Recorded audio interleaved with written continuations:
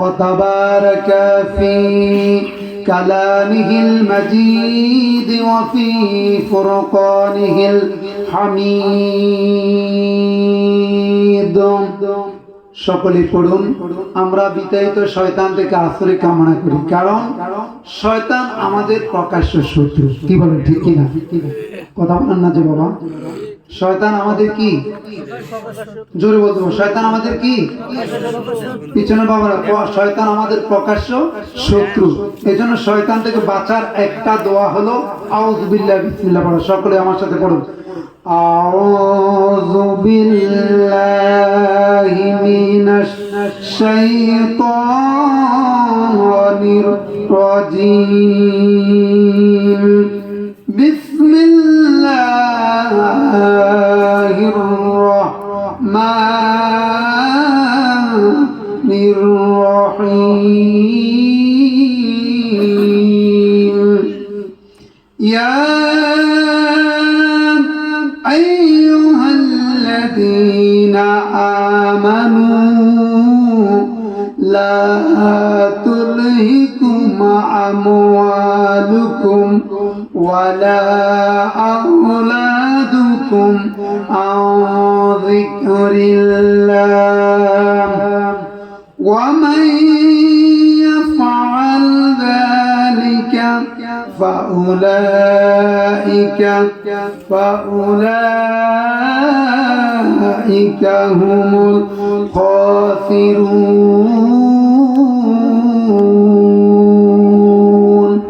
সাদাকাল্লাহুল আযীম وصدق رسوله النبي الكريم ونحن ذلك من الشاهدين والشاكرين والحمد لله رب العالمين وقال رسول الله صلى الله عليه وسلم في الحديث الشريف النبوية الصدقة ترد من البلاء أو كما قال عليه الصلاة والسلام وقال تعالى في شان حبيبه ومحبوبه ومعشوقه مخبرا وآمرا إن الله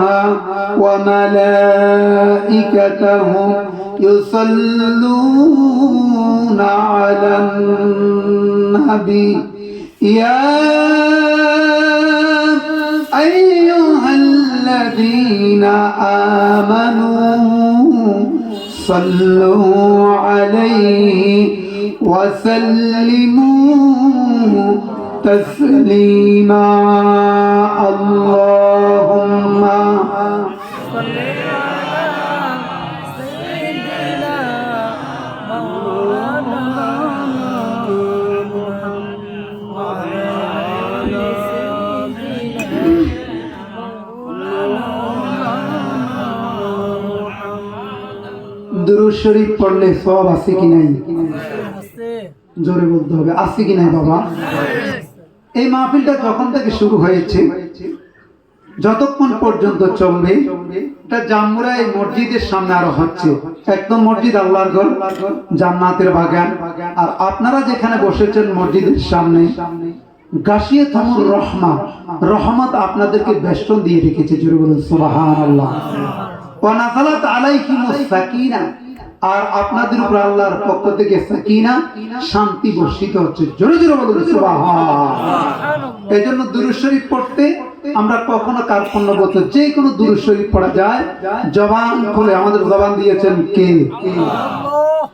আল্লাহ না সুন্দর করে আর একটা মানুষকে তো আপনি যদি সুন্দর করে ডাকেন চেয়ারম্যান মহোদয় মেম্বার মহোদয় এমপি মহোদয় আল্লাহ যিনি মালিক তাকে ডাকতে হবে আল্লাহ সুন্দর করে বলুন আল্লাহ একটু মহাব্বতে জবান খুলে একটু পড়েন আল্লাহুম্মা সাল্লি আলা সাইয়্যিদিনা মাওলানা মুহাম্মদ ওয়া আলা আলি সাইয়্যিদিনা মাওলানা মুহাম্মদ বাল্লাগাল উলা بكماله كشف الدجى بجماله حسنت جميع خصاله صلوا عليه يا صاحب الجمال يا سيد البشر من وجهك المنير لقد نور القمر بلغ العلا بكماله جرى جرى كشف الدجى بجماله حسنت جميع خصاله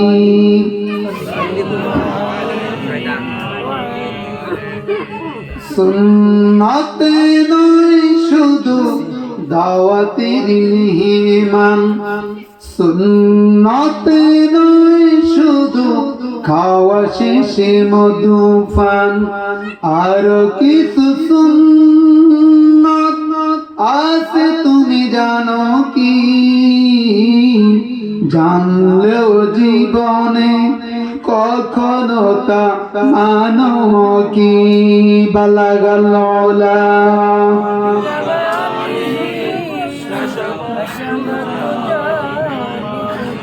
হাসানাতু জামিউ খিসালিহি সুন্নাত কোরআনের সমাজ নির্মাণে বৈরিবাদ মারিয়ে চলা আর সুন্নাত আলা রাষ্ট্রনায়ক হওয়া মহাপতে তার খালেদ উমর আলী আবু বকরের মতো ভালোবাসো কি সুন্নতে নয় শুধু দাওয়াতের মেহমান সুন্নতে নয় শুধু খাওয়া শেষে মধুপান আর কিছু সুন্নত আছে তুমি জানো কি জানলেও জীবনে কখনো তা মানো কি বালাগাল আলা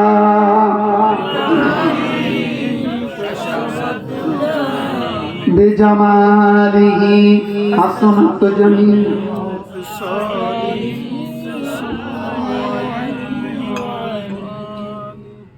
أما بعد معزز محترم ঐতিহ্যবাহী জামমুরা দক্ষিণ পাড়া জামে মসজিদ সংগঠনের উদ্যোগে আয়োজিত আজকের 14তম বার্ষিক ওয়াজ দুয়ার মাহফিলের 27 নভেম্বর বুধবার সম্মানিত সভাপতি তিনি সভাপতির আসন অলঙ্কিত করেছেন আমাদের সকলের শ্রদ্ধাভাজন ব্যক্তি এই এলাকার বটবৃক্ষ যিনি আমাদেরকে ছায়া দিয়ে আছেন বিশেষ করে মসজিদে তিনি অনেক শ্রম ঘামাচ্ছেন হুজুর আমাদের সকলের শ্রদ্ধাভাজন বাংলাদেশ অসংখ্য দ্বীনি প্রতিষ্ঠানের প্রতিষ্ঠাতা বিশেষ করে ঐতিহ্যবাহী জুলাই ফাজিল ডিগ্রি মাদ্রাসা সম্মানিত প্রতিষ্ঠাতা আলহাজ হযরতুল আল্লামা মাওলানা আব্দুর রহমান দরবেশ সাহেব হুজুর মাদ্দাজিল্লাহুল আলী আল্লাহ পাক ওদের হায়াতের মধ্যে বরকত নাযিল করুন সকলে আমিন আজকের মাহফিলের প্রধান বক্তা আলোচক বিশেষ করে আমার হৃদয়ের স্পন্দন অত্যন্ত মোতাবাজিন একজন লোক বিনয়ী লোক ঐতিহ্যবাহী বটগ্রাম মাঝের সম্মানিত মুহাদ্দিস হযরতুল আল্লাহ মাওলানা ইমদাদুল্লাহ সাহেব বারাকাল্লাহু ফি হায়াতিহি বিশেষ বক্তা হিসেবে আমি আছি আরো আছেন যিনি একটু আগে তাকরীর করেছেন সুনামধন্য মুহাদ্দিস হযরতুল আল্লাহ মাওলানা মনির হোসেন সাহেব মুহাদ্দিস চট্টগ্রাম মাদ্রাসা আলোচনা পেশ করেছেন আমার আগে মাওলানা মুফতি সুলাইমান সাহেব এলাকার সন্তান গর্ব আর আলোচনা করেন মাওলানা এই মসজিদের কথা হাফেজ মোহাম্মদুল্লাহ সাহেব ইমাম খতিব জামমুরা দক্ষিণ জামে মসজিদ সহ বিশেষ করে আমার নানা এই বয়সে এই মসজিদের জন্য তিনি অনেক জায়গায় গিয়েছেন সেই রঘুপুর টঘুপুর থেকে শুরু করে উনি অনেক জায়গায় সাইর করেছেন শুধু মসজিদের জন্য মসজিদ কার ঘর জোরে বলতে হবে কার ঘর উনি ছোট হয়েছেন মসজিদের জন্য, ঠিক কিনা? কোন মানুষের জন্য নয়। মান তাওয়াজা লিল্লাহ রাফাহুল্লাহ। হাদিসে এসেছে যে ব্যক্তি আল্লাহর জন্য মুতাওয়াজিন হয়ে যায়, বিনয়ী হয়ে যায়, আল্লাহ পাক তার মর্যাদাকে বুলন্দ করে দেন। জোরে বলেন সুবহানাল্লাহ। আর একটু জোরে বলেন সুবহানাল্লাহ। তাহলে আল্লাহ পাক যাতে ওনার খেদমতকে এই বয়সে কবুল করেন, আল্লাহ পাক ওনার হায়াত ও বরকত দেন। সকলে বলে আমিন। অনেক কষ্ট করে আমি খুব খুশি হয়েছি। আমি নিজেও একটু অসুস্থ, দোয়া করবেন। মোটামুটি একটু সুস্থ হয়েছে। আমি কিছুদিন আগে অ্যাক্সিডেন্ট করেছিলাম সালাউদ্দিনের সামনে, তাকে আমার তকদিরে ছিল, তকদিরের লেখা। যাই হোক, তো হাজরানে মাজলিস, উপস্থিত সুধী মণ্ডলী, এলাকার গণ্যমান্য ব্যক্তিবর্গ, যুবক ভাইয়েরা, আগত ওলামায়ে কিরাম আমি দেখতে পাচ্ছি। অনেক ওলামায়ে কিরাম আছেন। স্টেজটা একটু ছোট আসলে, যার কারণে ওলামায়ে কিরামের অনেক সম্মান, তারা স্টেজে বসার কথা ছিল। আপনারা অনেকে নিচে বসেছেন। নিচে বসাতে মর্যাদা কি কমে গেছে? আমাদের থেকে আপনাদের মর্যাদা আল্লাহ পাক বেশি দিয়েছেন। কারণ যারা চাটাইতে মাটিতে বসে আছেন, একটা জান্নাতের বাগানে বসে আছেন। কোথায়? একটু কথা বলেন না বাবা। ঠান্ডাটা এত বেশি এখন পড়তেছে না। জবান এই পৃথিবীতে আমি দেখেছি, আমি আমার কথাটাই বলি, আমার এই পাওটা অসুস্থ হওয়ার কারণে আমি বুঝতে পারছি সুস্থতা কত বড় নিয়ামত, ঠিক কিনা? কথা বলেন। এই জন্য আস্তে আমাকে ধরেছে আমার মামা, জসিম মামা, হুজুর। কিন্তু আমার পায়ে একটু ব্যথা, চাপ দিয়ে হাঁটলে একটু ইয়া করে, কিন্তু আমাকে ধরে এনেছে। তো আপনি সুস্থ আছেন, বসা আছেন, হেঁটে এসেছেন, এই সুযোগ দিয়েছেন কে?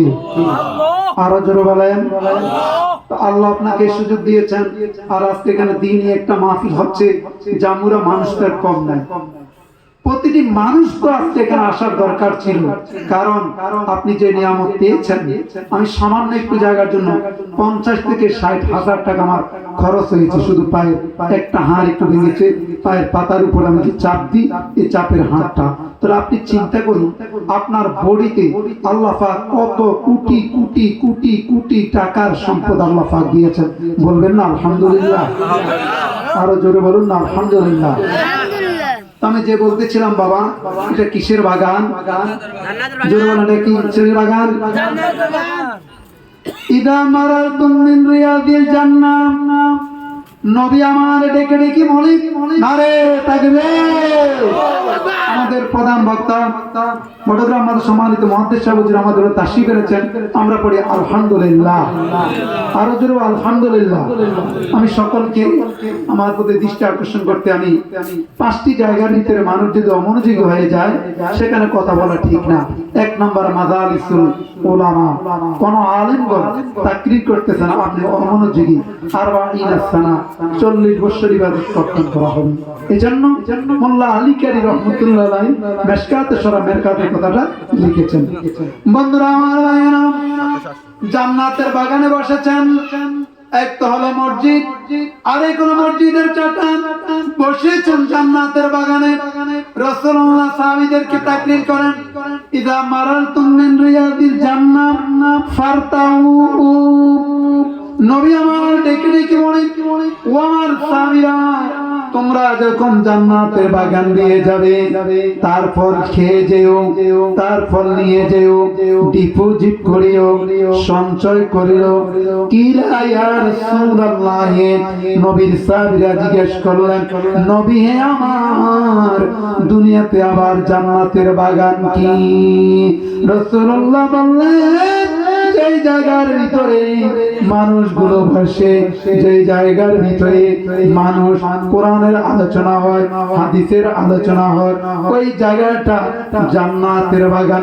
জুড়ে জুড়ে বলুন সুবহানাল্লাহ।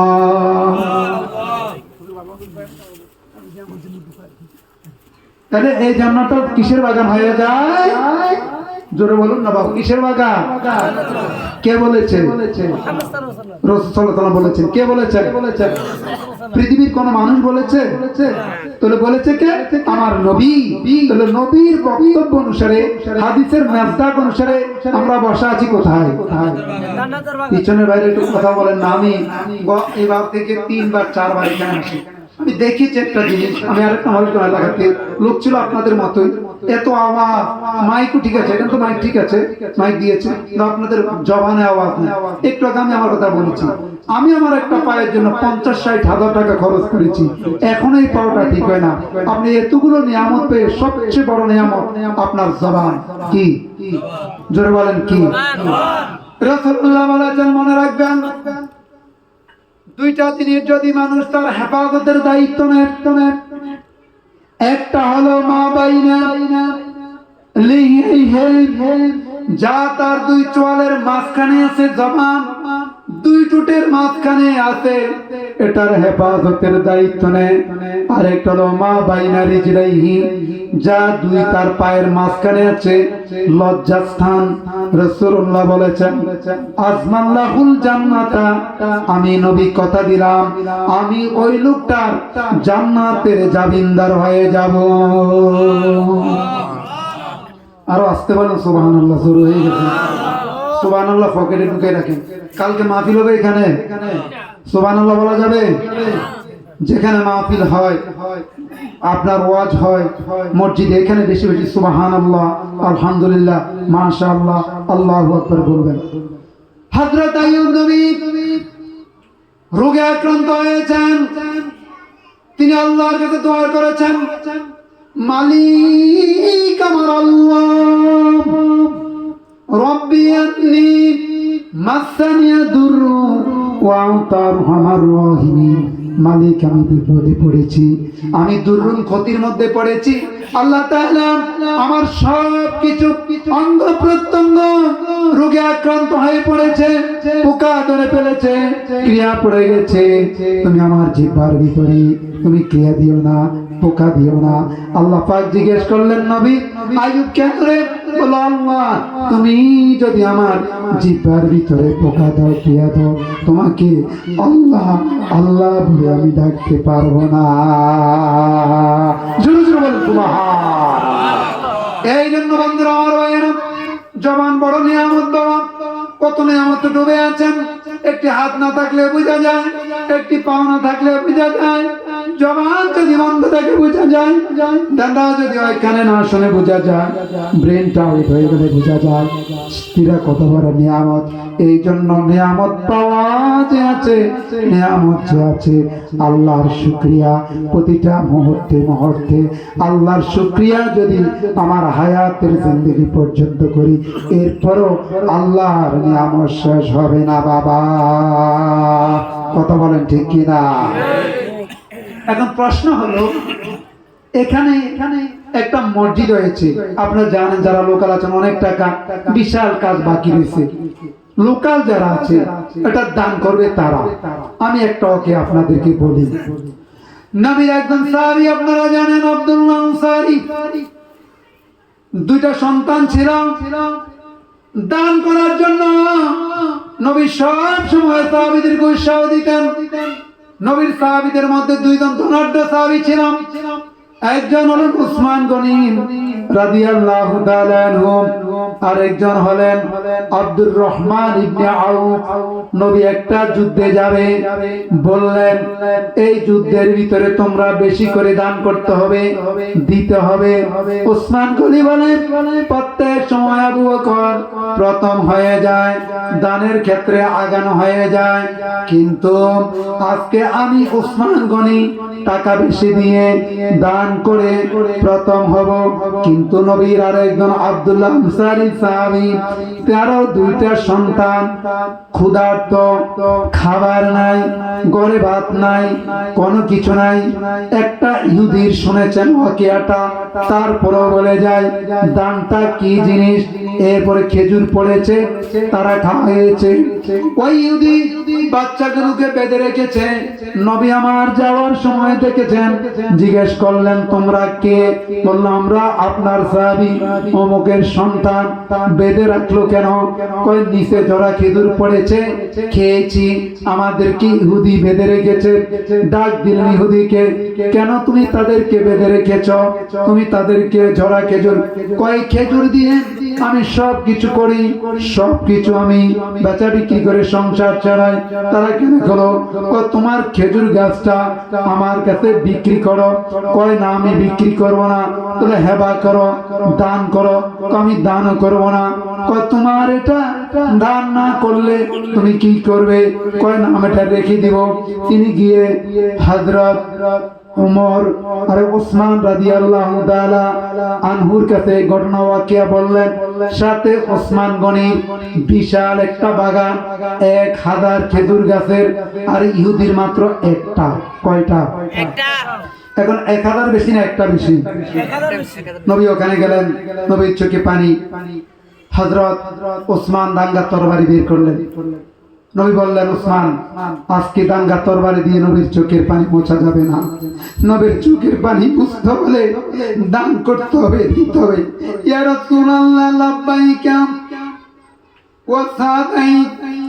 নবী হে আমার কলিজা ছিঁড়ে দিয়ে দিব। নবী গো বলুন কে আপনার চোখের পানি ঝরাইলো? কি আপনার দরকার? বলো ইহুদির খেজুর গাছটা আমার দরকার। হযরত ওসমান গনি কি বললেন? ইহুদি তুমি কোথায় আছো? আসো। বললো আমি এখানে আছি, তোমার এই খেজুর গাছ আমার খুব প্রয়োজন। বললো না আমি দেব না। বলো তোমার এই খেজুর গাছের বিনিময়ে তুমি কি চাও? কয় যাই কিছু চাই আমি দিব না। তোমার এটা আমার খুবই প্রয়োজন, তোমাকে দিতে হবে বিনিময়ে যা চাও। আমার সম্পদ চাও, বাগান চাও, টাকা চাও, স্বর্ণ চাও, যাই চাও আমি দিব। কিন্তু নবীর চোখের পানি মোছার জন্য, নবীর চোখের পানি মোছার জন্য আমার এই খেজুর গাছের প্রয়োজন রে ইহুদির। ইহুদি গেলেন বাসার ভিতরে, বিবির সাথে পরামর্শ করলেন। এই জন্য স্বামী স্ত্রীর সাথে পরামর্শ করে কাজ করা ভালো। মেয়েরা একটু এমনি প্রেজেন্ট বুদ্ধি একটু বেশি চালাক হয়। সে বলল ঠিক আছে তুমি বলো। ওসমান গনির পাশে একটা বাগান, এই 1000 খেজুর গাছ আছে। ওসমান গনি যদি তোমাকে এই বাগানটা দিয়ে দেয়, তুমি তাকে এই খেজুর গাছটা দিয়ে দাও। সে আসলো, এসে বলে হ্যাঁ একটা শর্তে আমি রাজি। বলো তোর একটা শর্ত কেন? 1000 শর্ত মেনে নিব। বল কি শর্ত? বললো তোমার যে 1000 খেজুর গাছের যে বাগানটা, আমার একটা খেজুর গাছের বিনিময়ে তোকে দিয়ে দিতে হবে। হযরত ওসমান ডাক দিয়ে বলেন, ইহুদি শোনো, নবীর চোখের পানি মোছার জন্য, দান করার জন্য 1000 খেজুর গাছের বাগান কেন, গোটা পৃথিবী যদি তুই আমি ওসমান গনির কাছে চাইতি, আমার যদি ক্ষমতা থাকে আমি তোকে দিয়ে দিতাম। এরপরও আমার নবীর চোখের পানি মোছার জন্য আমি এটা কিনে নিব। চিৎকার দিয়ে বলুন সুবহানাল্লাহ। ডাক দিয়ে বললেন, ইহুদি নিয়ে যা আমার 1000 খেজুর গাছের বাগান, যেটা তোকে দিয়ে দিলাম তুই নিয়ে যা। আজকে থেকে খেজুর গাছ আমি নিয়ে নিলাম নবীর জন্য। ডেকে দৌড়ে আসলেন, ইয়া রাসূলুল্লাহ লাব্বাইকা ওয়া সাদাইকা। নবী গো আমার এই খেজুর গাছ আজকে থেকে আপনার, আপনি খেজুর দান করবেন, বিক্রি করবেন, দিবেন। আজকে থেকে আপনাকে কেউ আর বাধা দিবে না। নবী আপনার চোখের পানির জন্য এই খেজুর গাছ আমি ওসমান গনি কিনে নিয়েছি।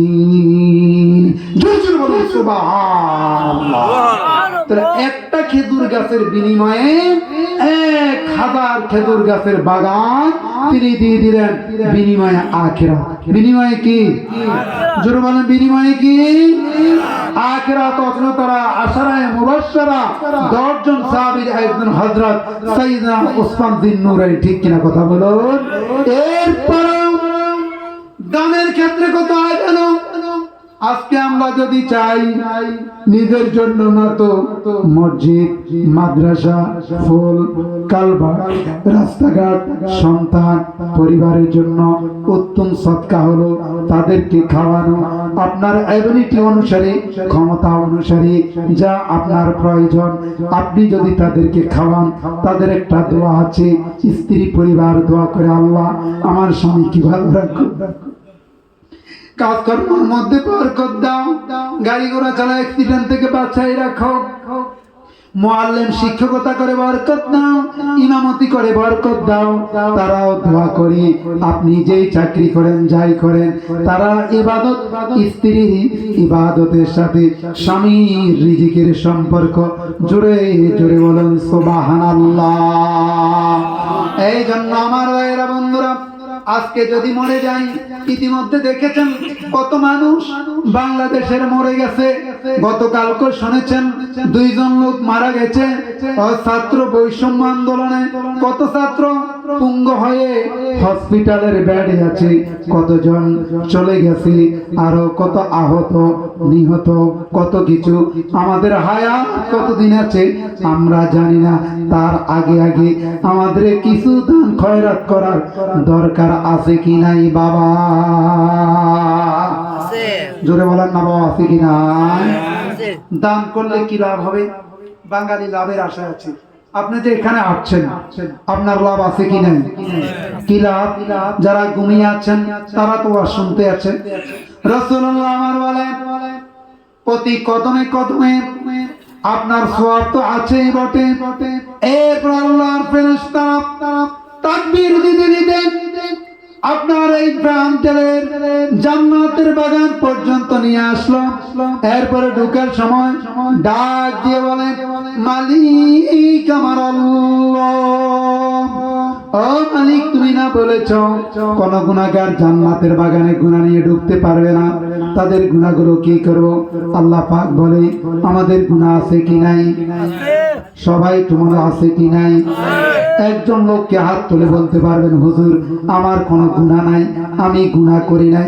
পৃথিবীর আলেম ওলামা, পীর ফকির দরবেশ ওলি বাদশা সকলেরই গুনাহ আছে, আমরা গুনাহর সাথে সম্পৃক্ত।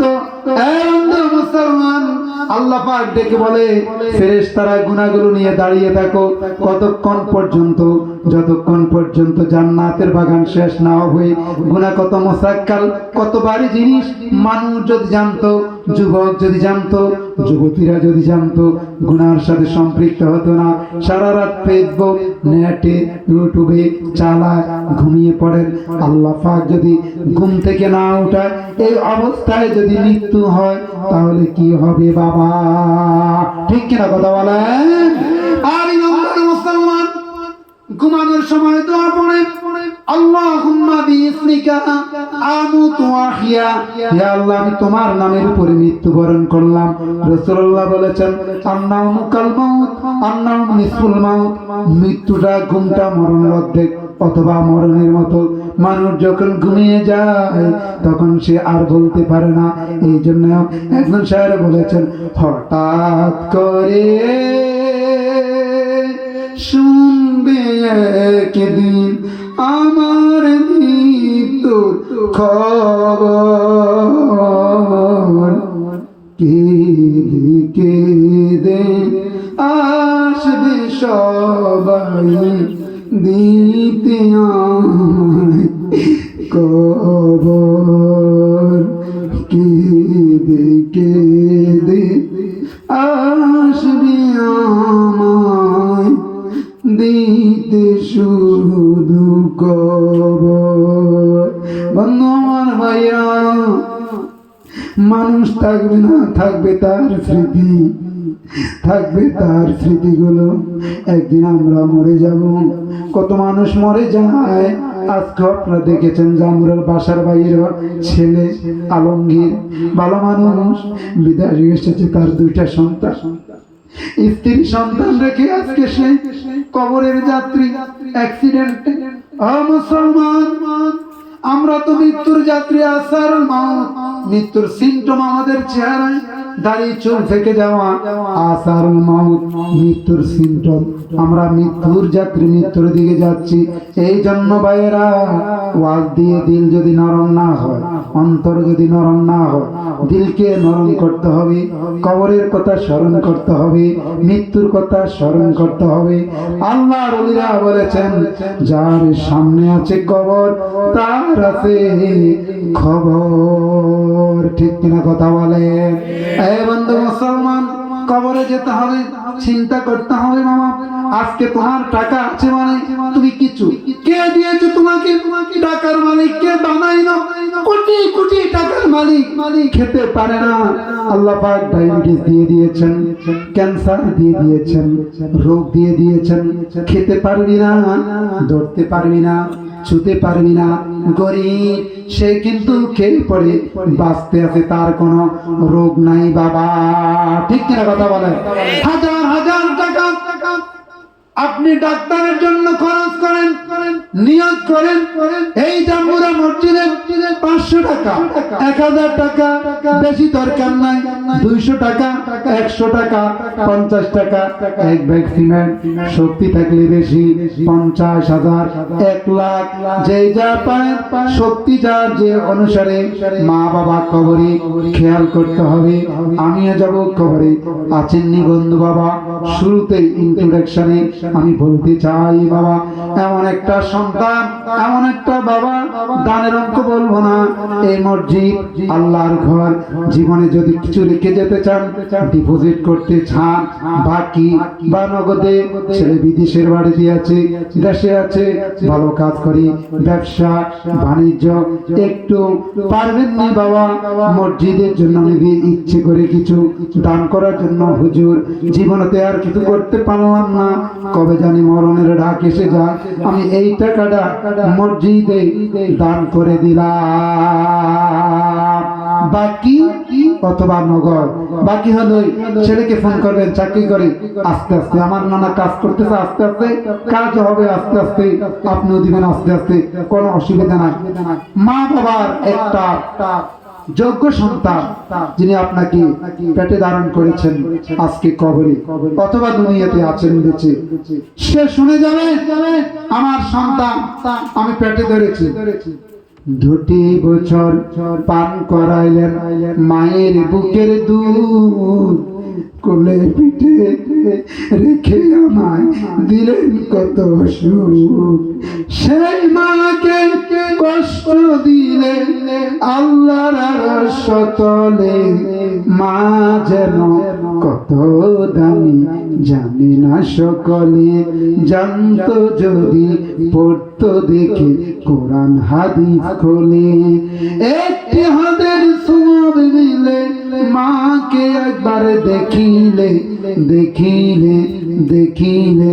ও আমার বন্ধুরা, আমার ভাইয়েরা, বাবা গজল বলা আমার সামনে বাবা, বলতেছিলাম রে বাবা, আজকে মা জীবিত অথবা মৃত, বাবা জীবিত অথবা মৃত, বাবা মা এই আমার সন্তান আমার সাথে এসেছে, ছোট্ট সন্তান রাশে বাবার সাথে যাবে, এরকম করে করে বাবা পুরান স্যান্ডেল পরে, পুরান জামা পরে ঈদগার ময়দানে আপনাকে নতুন জামা কিনে দিয়ে বাবা আপনাকে সাথে নিয়ে গেলেন, মা গর্বে ধারণ করলেন, আর মা আপনাকে কত কষ্ট করে শীতকালীন প্রচন্ড কষ্ট বাবা আপনাকে কোলে পিঠে করে দুগ্ধ পান করালেন, আর আপনাকে আদর সোহাগে ভালোবেসে রাখলেন। বন্ধু মুসলমান, মায়ের কথা কি মনে পড়ে না? বাবার কথা কি মনে পড়ে না রে বাবা? বেশি টাকা চাই নেই রে বাবা, তোমার সামর্থ্য অনুসারে, তোমার অ্যাবিলিটি অনুসারে, আজকে যদি মরে যায় কালকে 2 দিন বাবা, কে আছেন বাবা আপনার অনুসারে আপনি পারবেন নি, একবারে অল্প টাকা থেকে শুরু করি 5,000 টাকা বাকি অথবা নগদ, কে আছেন? সন্তানকে বলবেন 1 বছর পরে দিয়ে, আস্তে দিয়ে 500, 1000 আস্তে করে দিয়ে, একটা আল্লাহর বান্দা মা বাবার একটা সন্তান, আল্লাহু আকবার।